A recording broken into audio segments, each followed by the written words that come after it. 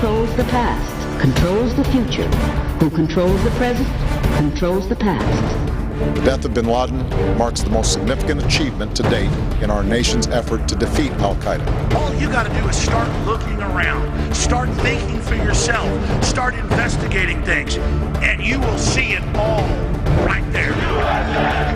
So you have the power. Humanity has the power. We have the power. Do you want to fight? You better believe you got one! Let us never tolerate outrageous conspiracy theories. As for me, give me liberty or give me death!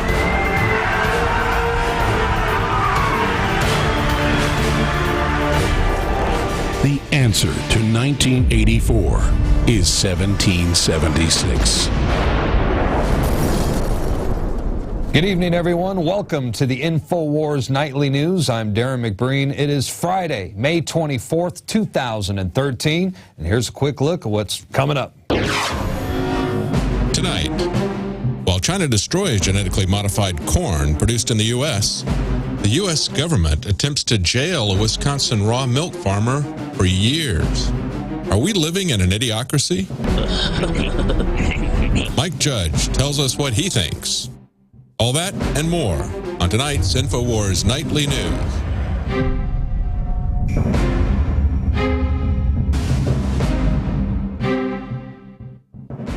Well, it looks like a loophole in Barack Obama's health care plan makes it very attractive for U.S. employers to hire illegal immigrants, and this instead of hiring legal U.S. citizens. And if it's not fixed before the bill passes, millions of jobs across the country will be filled by illegal aliens.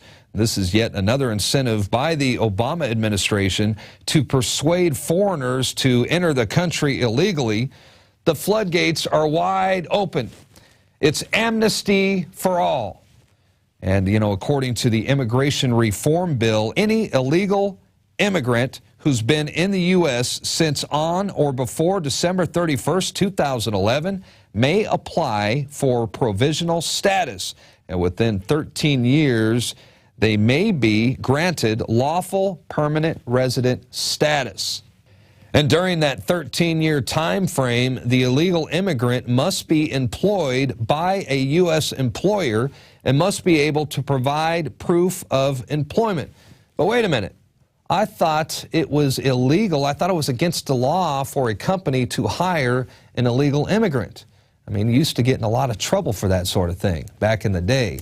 But that was then. This is now. And this is now Obama's America. And now, under Obamacare, employers with more than 50 employees are required to either provide health care benefits or pay heavy fines for each worker. Now, here's the catch. During that 13-year time frame, the illegal immigrant is not eligible for federal benefits, and that includes Obamacare. But this, the employer doesn't have to provide health insurance to the immigrant, so obviously they're going to save money by hiring illegal immigrants because they won't have to pay insurance. So there's your loophole, and it's a big one at that. We'll keep you posted as that story develops, but not to fear. Senator John McCain says that he is going to resolve the issue during the amendment process. Yeah, right. I'm not going to hold my breath. Hey, look out. It's airborne. Human transmission of the deadly H7N9 virus is now confirmed. In April of this year, researchers studying the H7N9 bird flu virus in China advised global governments to get prepared for the worst-case scenario. According to the World Health Organization, H7N9 is one of the most lethal influenza strains ever, and it mutates 8 times faster than a normal flu virus with a death-to-infection ratio of about 25%. The Sun China Morning Post is reporting that researchers have confirmed that not only can the virus be transmitted from one human to another, but now it's gone airborne. And we know that pandemics have been responsible for the deaths of hundreds of millions of people throughout history, and once they start, they are very hard to control. Meanwhile, the threat exists right here in the United States that a deadly disease will escape one of the many biodefense labs scattered throughout the country. In fact, according to the CDC, there is a 70% chance that a deadly virus will eventually get out.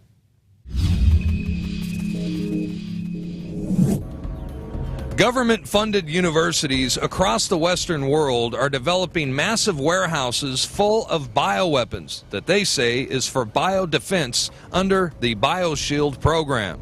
Airborne Ebola, smallpox, bubonic plague, bird flu, and the H1N1 superbug are being weaponized and kept in moderately secured facilities like at the Galveston National Laboratory on the campus of the University of Texas. Now, this may be one of the biggest threats we now face, as the risk of a deadly virus escaping one of these laboratories and starting a global pandemic, well, it is a clear and present danger.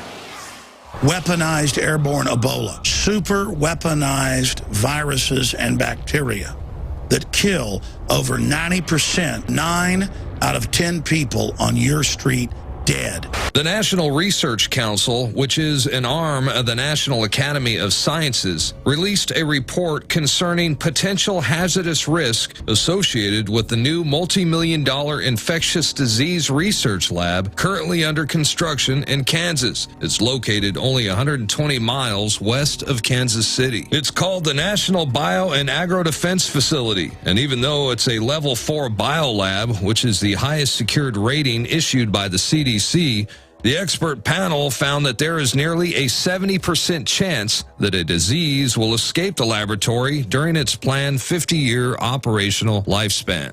And it went on to say that the U.S. Department of Homeland Security has not adequately gauged the potential risk of a dangerous airborne pathogen escaping the compound. There are what they call bioweapons that are in unsecured, well, moderately secured environments, like in Galveston, Texas, and the CDC even went to one of these facilities in Kansas, and they're not nearly as safe as they would hope. And they even said, the CDC even said the one in Kansas has a 70% chance of some dangerous virus getting released. I mean, what are the bylaws in keeping them safe? I don't think there's anything even designated to making sure that they're safe. It's such it's that gray area of the world that nobody really thinks about, but is. Yes. Like, so you think it's a clear and present danger that we should try to prepare for, something like that? I think everybody should always be prepared for anything. You know, it's like hope for the best, prepare for the worst. That's right. Can you imagine the awakening that's going to happen if they release those bioweapons? After we've warned people so much, God Almighty, I hope the next phases of what we've broken down don't happen. God Almighty, I hope they don't. But I know one thing, I'm sure selfish. I've sure gotten my family ready. Do you think it's wise for people that collect food and they have stockpiles of food and stuff like that just in case of emergency and have a place to go just in case something like this were to happen? I don't have anything stockpiled. I'm all about having weapons. I'm all about getting as much ammunition as you can getting it, because everybody's going to get crazy. They're going to want to get their hands on whatever sources are available: food, water, natural resources, anything to keep the normalcy of life continuing. That's why I'm out here on the streets. I want to learn some street smarts, and if it goes down, then I want to be able to find your way around it. Yeah. Now, let me tell you something. Once something like that goes down, the people in the high-rise apartments and stuff, they're not going to know what to do. It's the people with street smarts are going to be the ones that are going to survive. They won't be able to survive. Just making sure that you have the resources that you need, because when the world gets chaotic, everybody loses their minds. Let me put this in layman terms. A level 4 bioweapons lab should be 3 floors under the ground, barbed wire fences, minefields, and machine guns, and a system that if the super germs get out, they pull a lever, alarms go off, and the whole place goes up in flames. But instead, the global elite are storing it in level 2 facilities like the University of Texas at Galveston, behind a glass door with a swipe card, right there in Petri dishes. And they're doing this so that when they release it to massively reduce population, they can claim it was an accident.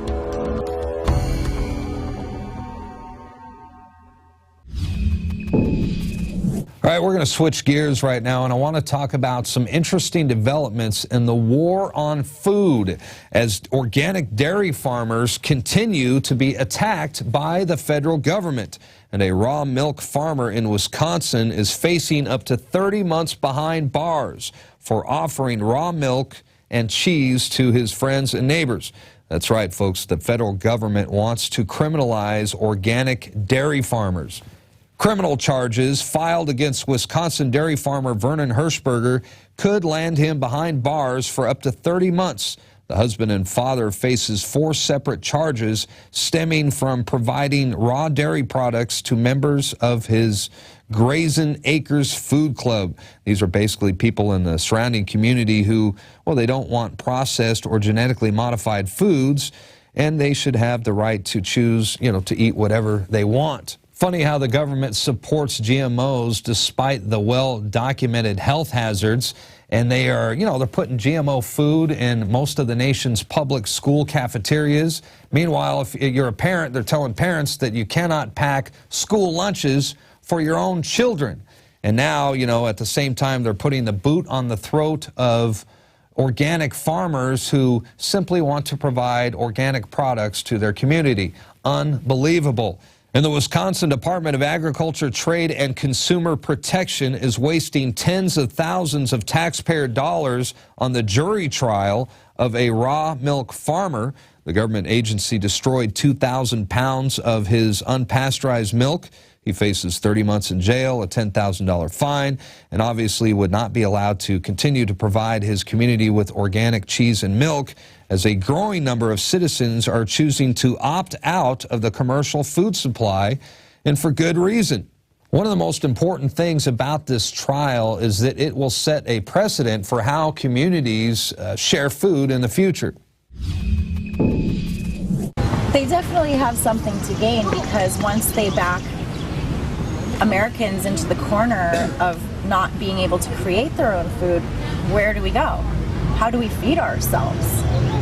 If we're not creating it ourselves, we have to pay for it. It's very important that we maintain our rights and establish our freedoms to feed ourselves. The only legitimate purpose of any government is to protect your life, your liberty, and your private property. And food, in particular, is absolutely crucial to life. So if the government is able to control all the food production and control all the water, then the government can generate compliance within the people by saying, you have to do what we want, or we will not give you the food and water that you need to survive. And look, there is no justification for the attack on organic dairy farmers that's going on in America today. We have a God-given right as free Americans, free individuals, as humans, to choose whatever food we want to eat. And for that matter, whatever food we don't want to eat as well. And meanwhile, they are continuing to push genetically modified foods upon us, but the people are waking up. More and more people are beginning to realize the dangers and health hazards associated with GMOs. And we've had enough, and we are rejecting it. In fact, tomorrow we are going to see one of the biggest unified global protests in history as activists around the world unite to march against Monsanto. There's the flyer right there. That's right. Saturday, May 25th is the March Against Monsanto at your state capitals and your local town halls.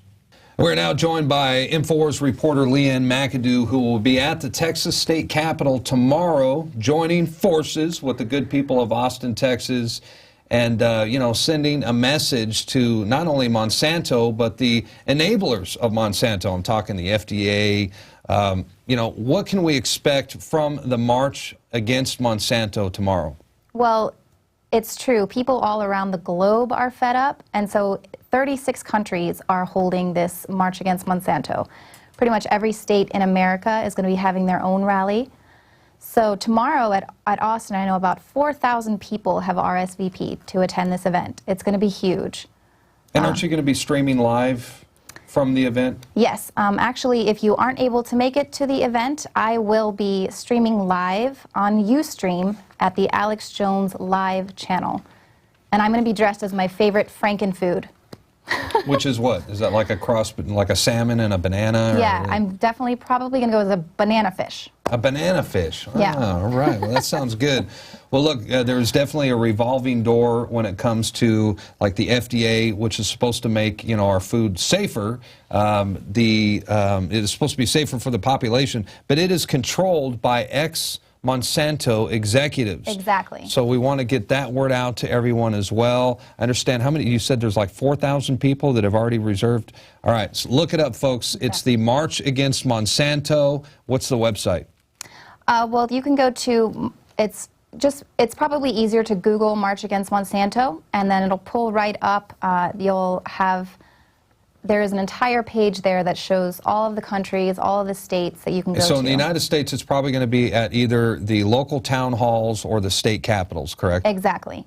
Wherever we can, have the voices be heard by the people high up, Okay. Well, we're letting them know we're coming for them. Well, there's a good chance that it'll be in your neighborhood and or at your local town hall, so definitely look it up. There's also a good chance that the listeners out there, the people watching this, they probably ate something today that was contaminated by chemicals or Monsanto food or GMOs that wasn't labeled.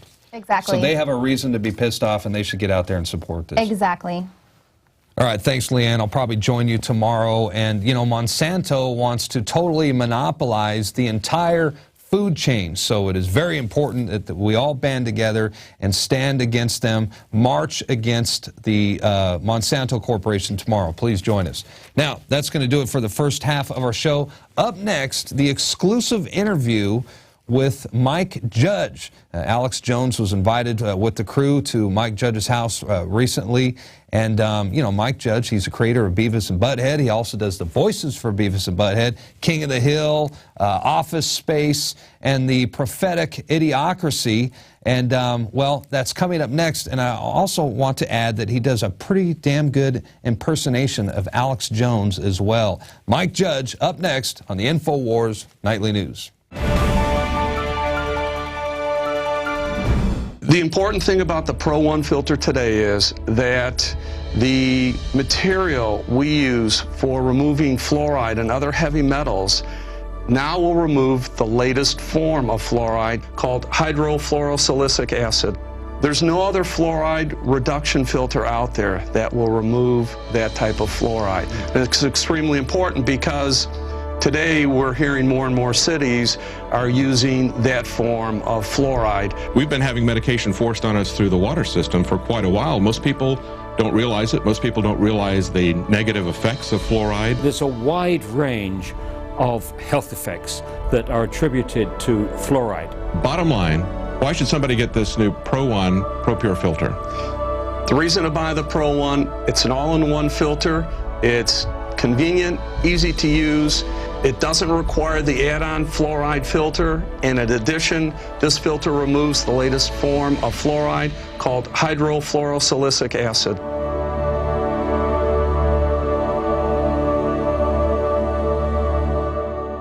I'm Darren McBreen, and these are some of the new items that are available now at InfoWarsShop.com. Alert the public to Obama's blatant abuse of power with the new Obama t-shirt. Obama's Joker face on the front and come and take it on the back. It's time to publicly call him out for what he is, a tyrant. Defend the Second Amendment with our top seller Come and Take It t-shirts. And look at that, women's cut tank tops and t-shirts now available. Nice hat. Plus the Don't Tread on Me flag. And now you can become a micro distributor of the InfoWars magazine. Plus, get your own copy delivered right to your door each and every month.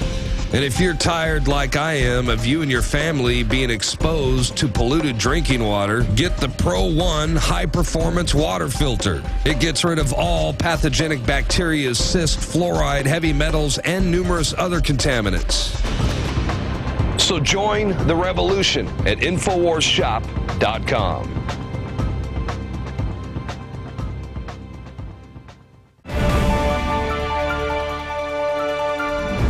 Harvard Researchers have found children who live in high fluoride areas have significantly lower IQs. Enjoy your extra big-ass fries. Hello, this is Hank Hill, and I'm telling you what, you need to listen to Alex Jones. Researchers found members of Congress, on average, speak at a 10th grade level. Most Americans read at an 8th or 9th grade level. Look now, I'll talk slow so as you can understand me. It was just a few thousand years ago that our ancestors were using primitive grunts to communicate. Internal investigation that shows the agency targeted the Tea Party and conservative groups. That does scare me. I think I'm just going to make sure to not use the words Tea Party or Constitution in any of my work. All right, who are you? CIA, FBI, ATF? While gun ownership is at an all-time high, crime is down. No one will be able to be armed. We will take all weapons. The Alex Jones Show, because there is a war on for your mind. Hitler took the guns. Stalin took the guns. Mao took the guns. Fidel Castro took the guns. Hugo Chavez took the guns. And if you try to take our guns, 1776 will commence again if you try to take our firearms. The answer to 1984 is 1776. Yeah. Infowars.com. Yeah.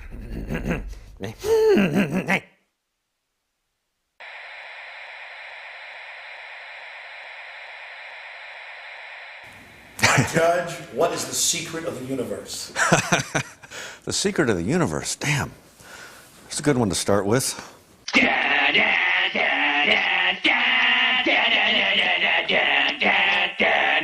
Breakfast tacos.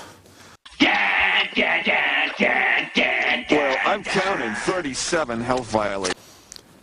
I don't have an answer. I'd wanted to go into comedy for a long time, like sketch comedy and stuff, because I always did imitations and things like that. But anytime I'd try to pair up with someone, because you need other people to do that. You can't do that by yourself. And I had a friend in high school, just like brilliant, like funny guy, and I'd go, okay, just do that imitation of James Sanchez that you do, and we'll do. And he's like, oh, but no one knows who he is, and I was like, it doesn't matter, it's funny, you know. And so yeah, I was trying to do stuff that would just like make my friends laugh, making like my brother laugh, my friend, that kind of stuff is how I was thinking of it. And I always had a hunch that that would work. And then Do you think you influenced South Park? I think so. I mean, Trey and Matt have said that, and they've been really nice about that. I mean, yeah. I mean, I think that's just genius. All the stuff they do, you know.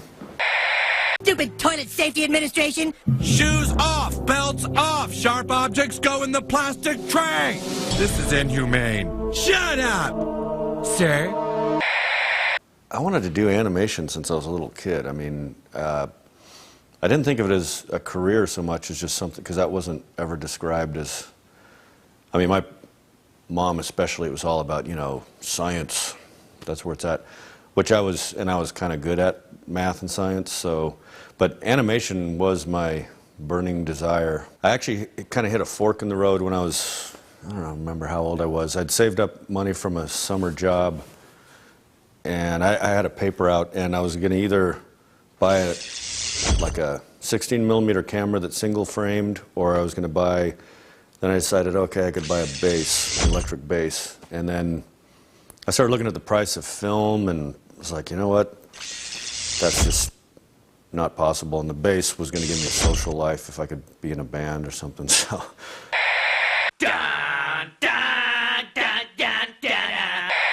Then I didn't start doing animation until I was like 26, really, so. And when I just got the idea to do animation, which I'd wanted to do, but I never thought of doing as a way to get into comedy, then I thought, well, this is great. I don't need to, I can do this all myself. I don't need to, you know, convince a bunch of people to get in front of a camera and do this and that. I can just do the whole thing on my own, so. I work for a living, and I mean real work, not writing down gobbledygook. I have a hard time saying I'm either a Democrat or a Republican. It just doesn't feel good. I was definitely raised, my parents were very liberal. Then, I don't know, certain things started to, you know, I mean, for a lot of people, that's kind of almost a religion to them. And right-wing stuff is too, you know, so I try to not be part of any of that. I suppose I've become a, interested in, you know, smaller government kind of thinking. That sort of happens when, you know, I think you know, when you build your own thing, when you do your own thing, and then suddenly you're getting penalized left and right, you know, that kind of can change you. If you got a business, that you didn't build that. Somebody else made that happen. I don't ever want to be one of those people that uses my whatever fame or whatever level of that notoriety I have from what I do in comedy to try to go into politics. I'm just like, I don't feel like I'm qualified. It kind of bugs me when people in Hollywood will use that, you know, their audience that they've gained through that to try to put out a political message, and they have no idea what they're talking about. King of the Hill, Hank was definitely, you know, I saw as sort of a, I don't know, like populist, kind of like, you know, a guy who's like just trying to do his thing, and just all these government and all these other weird things of the modern world. That was always the fun of it, is just all these things just kind of poking at him, you know. I live in the real world where men sell propane and propane accessories. I definitely, I remember popping in a VHS when Alex Jones was on cable access. It was you and two other guys, and somewhere I can't find it anymore, but I think I labeled the tape 3 Dales. You were kind of the more rational one, and then the other two guys were just like, I don't know. I wish I could find that tape, but King of the Hill started with a drawing of the 4 guys that I'd done. I was kind of like dabbling in doing panel cartoons, which I never really did at all. I went straight into animation. I didn't draw comic books or anything. And so I had the 4 guys, and Dale, just something about the way he looked. Originally I had his hat say Smith & Wesson, the first drawing I ever did. I just put that on there. I don't know why, just the way he looked. And I'd done a first draft of the pilot, and then Greg Daniels got involved, and at some point, you know, we had this thing where his wife is, you know, getting it on with this Native American healer, and clearly his kid's not his, but so we had this idea about that he's just, you know, it's almost probably a subconscious thing. He's like, he's into every conspiracy except the one that's going on in his own house. Nice work, John Redcorn. She didn't suspect a thing. It's almost like his escape, you know, or something. I mean, if I never psychoanalyzed it that much, but I kind of feel like that's what that character was about. So he was almost like looking for conspiracies, you know, kind of, and some of them might have something to him, some of them are crazy. I have read a book. Now, who do you believe, me or Hank? I know Hank more believable. Dale is kind of one of the ones that, you know, probably gives you guys a bad name. Johnny Hardwick, who does the voice, I don't know, you may even know him. He had a few, like, he had a few kooky theories of his own, and sometimes we would work those in. I mean, there's one line he said that he's talking about something, and it ended with him saying something that they're doing, and corn is next. A French study that was just released finds rats that are fed genetically engineered corn suffered from tumors and severe organ damage. This is the first study that's looking at the effects on rats of eating genetically modified foods over their lifetimes. They gave the rats the genetically modified corn. They gave them the genetically modified corn with the herbicide that the corn is used with. On Dale, I had to do some convincing to get them to let Johnny Hardwick do the voice. I mean, he wasn't anybody famous at all. He was one of the people we hired as a writer, but it just sounded right to me. Ended up being my favorite character really on the show, as far as, well, just for a while, you know, as far as the voice and the drawing clicking. But I mean, they had all kinds of celebrities they were pitching. It hardly ever works when you just get like, oh, let's get this famous person and this person to draw it, and then you have something that just doesn't make sense, which is why a lot of shows fail. Ah! Squirrel tactic! Okay, I grew up in Albuquerque, New Mexico, which definitely influenced a lot of what I do, because Beavis and Butthead, to me, is kind of set in a sort of like eastern New Mexico, West Texas type environment, you know, where everything is just sort of, people are bored, teenagers are bored, and there's like, it's nothing to do, it's hot. It's kind of a recipe for disaster. And so that was definitely an influence on Beavis and Butthead. Although, you know, I don't think I've ever told this story, but so my grandfather on my mom's side lived with us, and he died when I was, I think, in junior high, and like 76, whatever. And he, we found out he had a 16mm Bolex camera that was there, and I was like, wow, okay, there's a camera in this house. And so I waited like a good 2 or 3 months before I, you know, after he passed away, to say, hey, could I borrow Granddad's camera maybe? And she said no. And then like I waited another 6 months, and no. Waited like a year, no. So that's when I thought, well, okay, maybe I'm just going to buy one. And then I looked into how much they cost and just couldn't pull it together. Years later, when I was, like I said, like 26, and I got the idea again to try doing animation, I ended up buying the same exact camera, because it turns out that's the perfect camera to single frame and shoot animation on. And finished my first animated short, first couple, ended up getting them on like Comedy Central and stuff.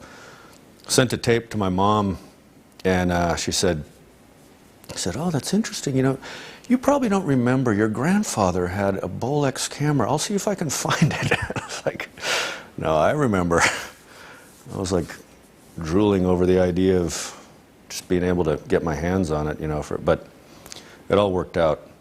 But yeah, it was kind of, in a way, it was probably good, because it kind of, by the time I was able to actually do it, it had been a fantasy. It sounds weird, but it was like a fantasy of mine for so long to do animation. And so when I finally did, I mean, I really, you know, I didn't take it for granted when I had the opportunity to do it. So probably was a good thing, actually. Y'all got that in there? Large fries, pie, large coffee? Like Beavis and Butthead, I'll get asked a lot if that's based on anybody specific, and it's not. It's not like that was that person, that was that person. It's just started out as drawings, and then, but definitely, like, there's little bits and pieces from all kinds of people in there, you know. Well, I was like that when I was drawing.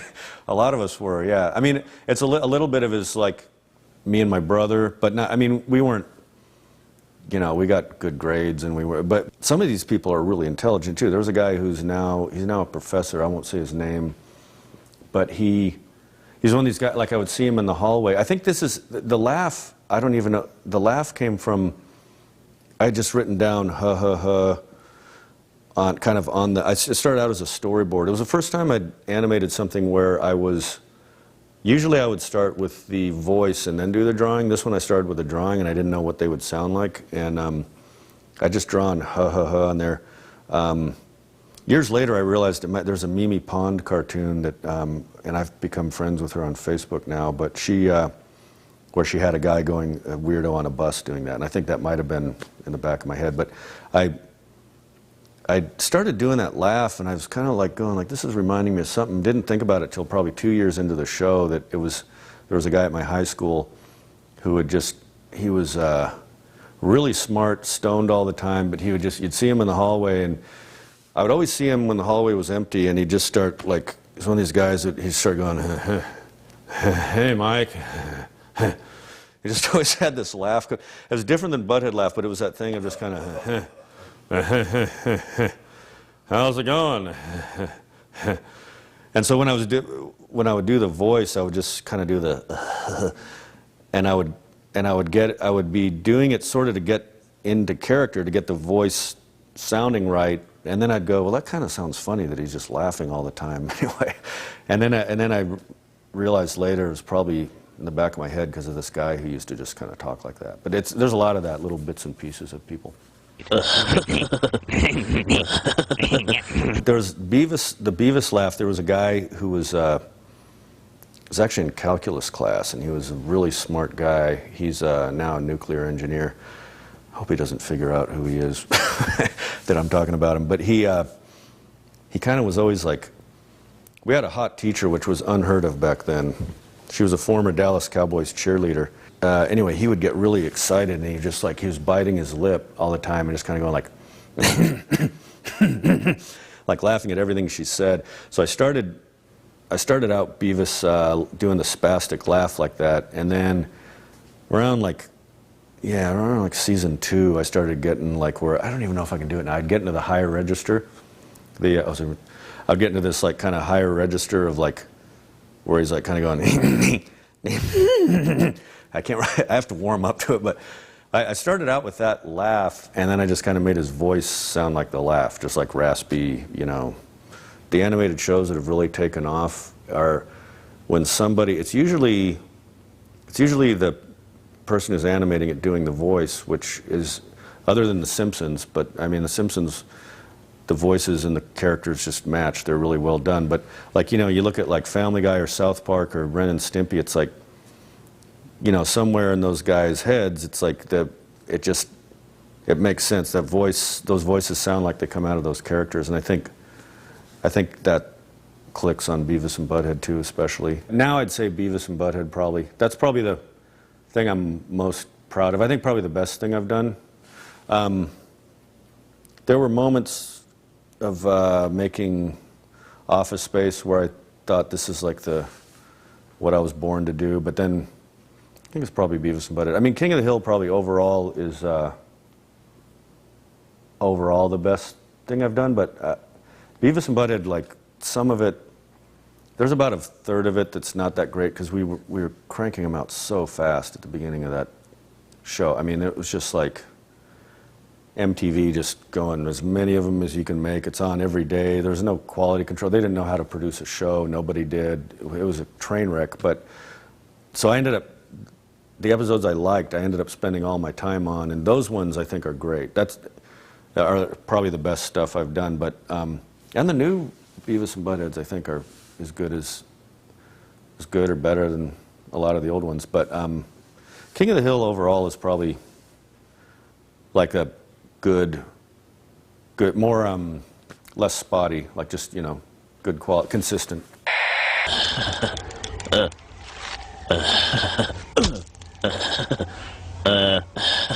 Now it's extinct. You know, I grew up very liberal parents, like thinking gun control is the way to go. You know, it's that Michael Moore movie, those Bowling for Columbine, kind of actually made me go made me think like, I mean, he's not trying to, that's not the effect he wanted, I don't think, but he's like that movie kind of makes you think, no, gun control is a bad idea. I mean, to me, if you look at it, like, I don't think that's what he's trying to do at all, but like, he mentions Canada in there, and he says, you know, there's lower crime there, and same people own guns, and I don't know. I own guns. I think if you look at it statistically, you actually are safer. I got me a couple AKs, some sawed-offs, 25 9mm, and a couple of ground-to-airs. I got a fort up in the hills virtually impenetrable, and enough supplies to outlast a 30-year standoff. I know this because, okay, so 1993, Beavis and Butthead, the series, came out, and gun crimes have gone down since since Beavis and Butthead came out. What's interesting is that nobody talks about, no one wants statistics. I actually took graduate probability and statistics classes. That was what I was going to become, a math teacher before all this Beavis stuff happened. But when I was getting blamed for all this like downfall of youth, that whole time crime was going down in almost every category from the time. I mean, if you really wanted to make a correlation, you could say Beavis and Butthead is saving the world, but that's stupid. That really doesn't make any sense. But it makes more sense than saying this particular thing happened and this particular thing happened. You know, but really, like statistically, there's no correlation. All right, who are you? CIA, FBI, ATF?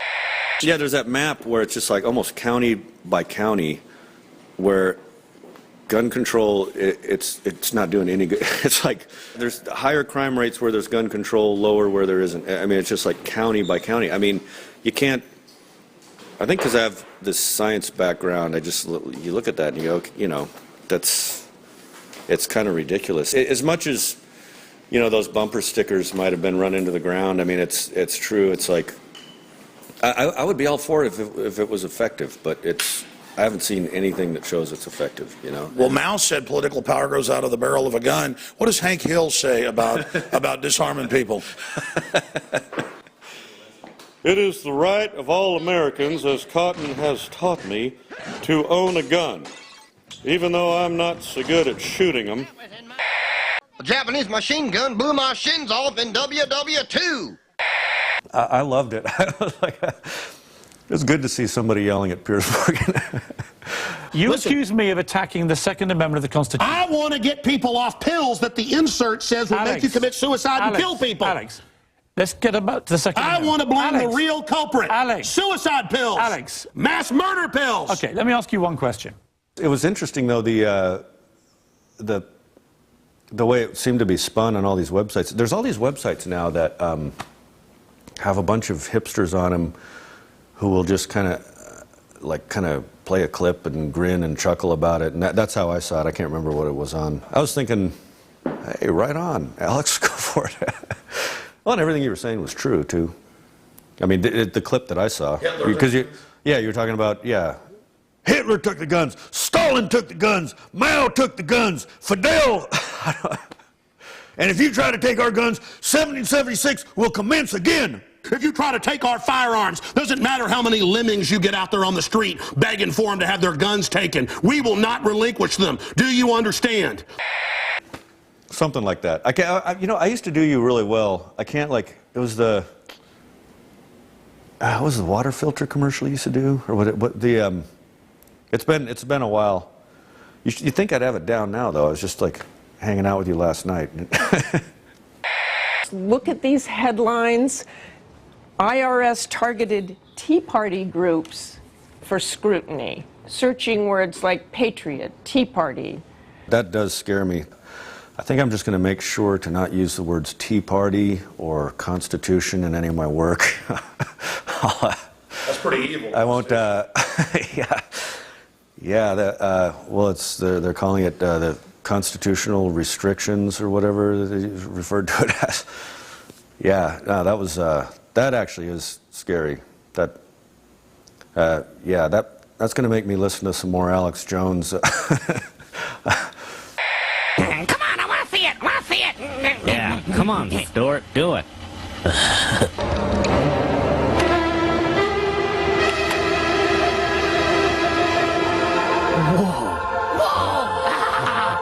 Oh my God!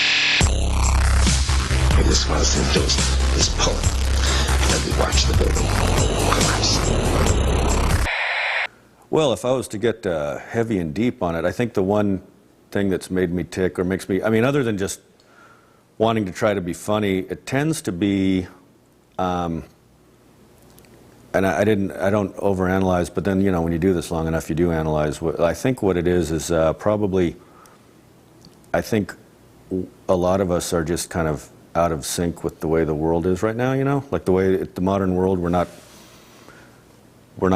prepared for it all the time, and there's a lot of stuff that's messed up about it, and I think that's where a lot of my comedy comes from. It's like things that, anything from being stuck in a cubicle to being stuck in classrooms that you don't belong in, those kind of things. I think that I get a lot of material out of that. I gotta get out of here. I think I'm gonna lose it. Uh-oh. Sounds like somebody's got a case of the Mondays. When I started doing animation, I wasn't trying to get rich. I wasn't trying to get, it did not seem like I could get rich off that. I thought, I really it's just like a desire to just express something that's hard to describe, and if I could describe it, I would probably be more of just a flat-out writer or something like that, and so a lot of this stuff is like, it's always very hard to describe Beavis and Butthead to people who just ask if they haven't seen it.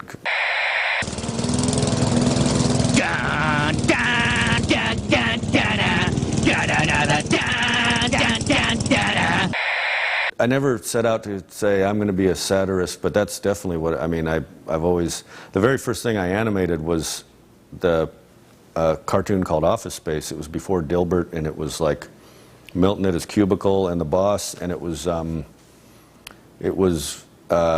I wanted to do just a series of office characters because, you know, when I grew up, it was a little, like I'm 50, so like an office job was considered a good job. Like it's like, oh good, you don't have to work construction, okay. And then when I first got in an office, I had a temp job before I was an engineer, and I was just like going, God, this is torture. I mean, there's a woman answering the phone the same way next to me all day long. I'm alphabetizing in my sleep. I'm just like... Corporate accounts payable, Nina speaking. Just a moment. Corporate accounts payable, Nina speaking. Just a moment. And then that kind of sick feeling of like, oh, all these years of thinking, this is a good job and this is what it is. Oh my God, what's going to happen to me, you know? Next Friday is Hawaiian Shirt Day. So, you know, if you want to, go ahead and wear it. Especially back then, when I started out, a lot of what Hollywood was putting out just was really not in touch with the way most Americans feel. It was very like, coming from, I mean, most people in Hollywood, honestly, that I mean, still are like from pretty wealthy families usually, and don't seem to have ever had to really, you know, come up from the bottom and struggle. I think it's still that way. But so I think a lot of it was like when I started doing this stuff, you know, about cubicle life, was like just to kind of say, hey, has anyone else felt like this when they're stuck in a cubicle, you know, and has anyone else noticed that sometimes teenagers look really deranged and stupid? You know, it's that kind of thing of like wanting to kind of point something out that maybe no one else has pointed out. That's a lot of it, I think. When I did that first Office Space cartoon, which was just a 2-minute homemade crappy little short, I mailed out VHS tapes of that, just called information, and I got so many calls, and I think a lot of people saw it as something very fresh and different, you know. I used to have my own stapler too, and then when I moved back, they made me give back my stapler, but Bill told me I'm supposed to have a stapler, so until I'm told different, I'm just going to take a stapler. And if they make me give it back, I'll set the building on fire. Oh, hello, Milton. What's happening? I'm going to need you to go ahead and move your desk again. So, if you could go ahead and just get it as far back into that corner as possible, that'd be terrific. So, Idiocracy, I had the idea for it.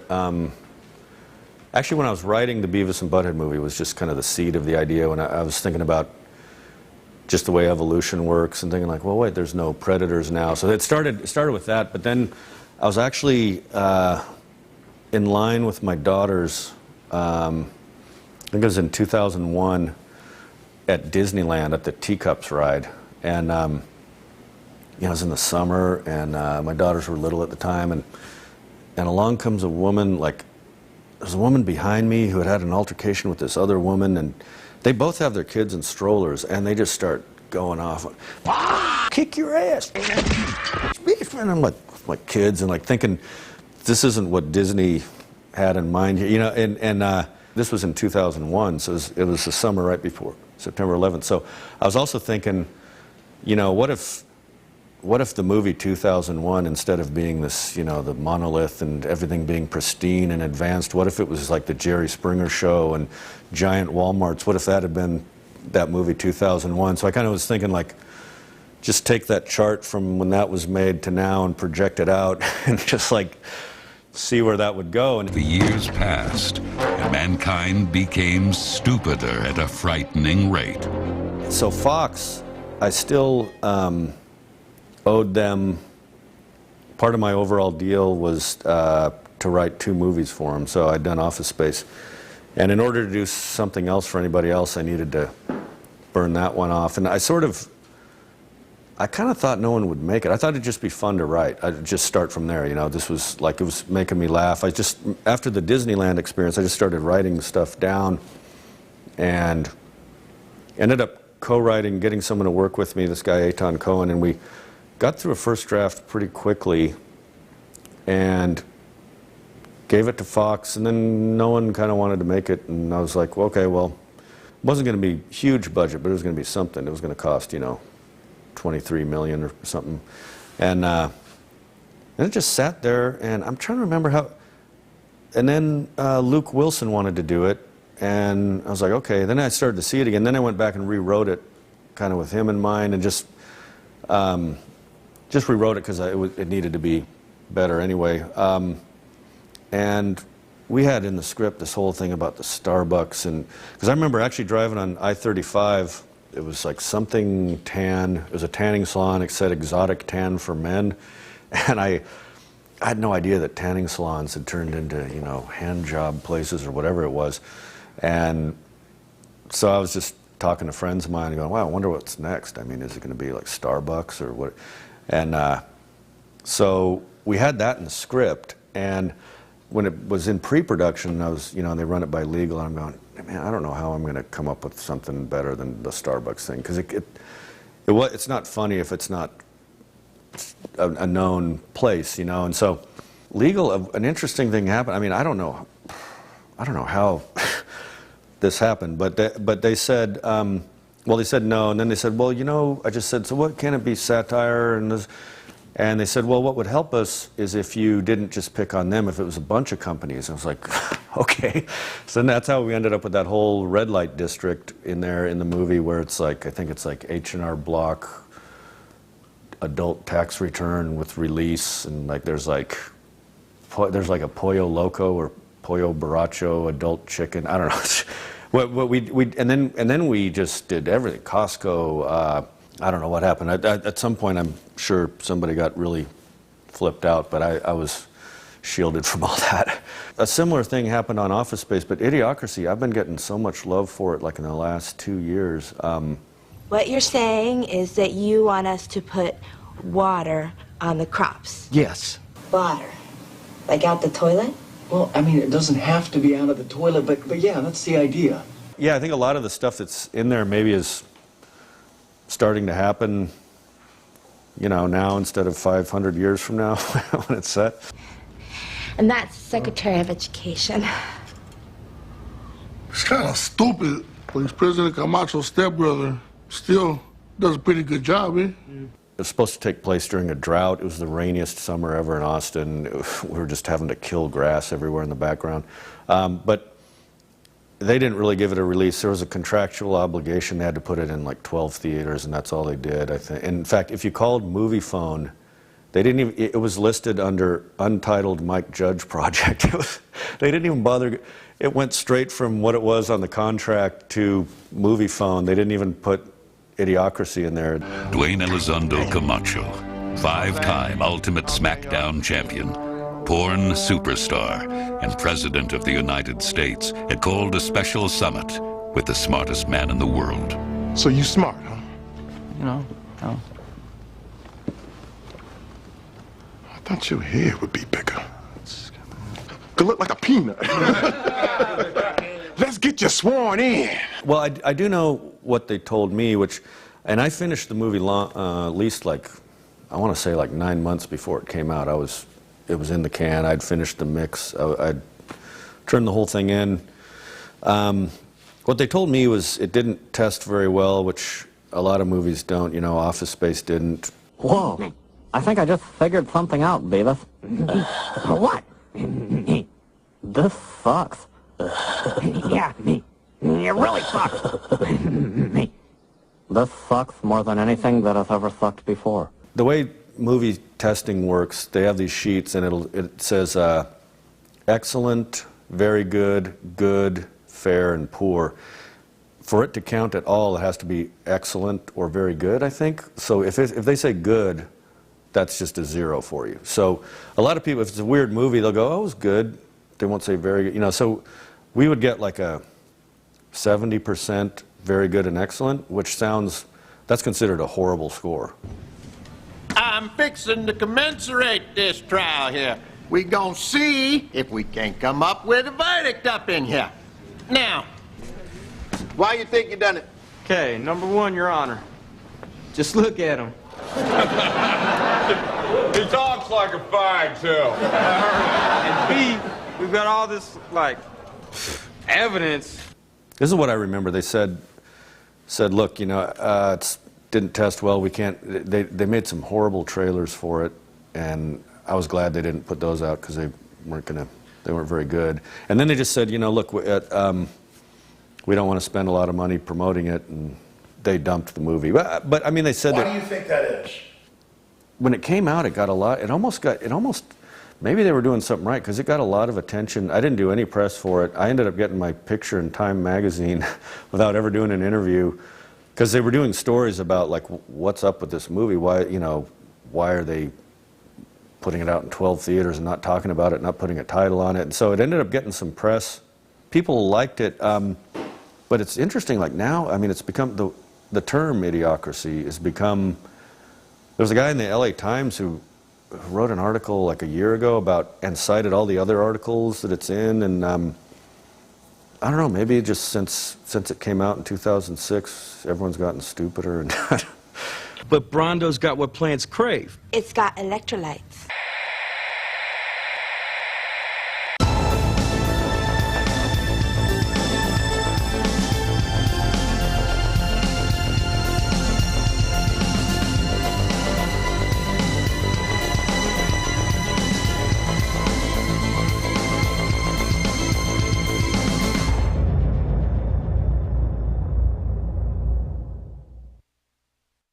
Visit Infowars.com and PrisonPlanet.com.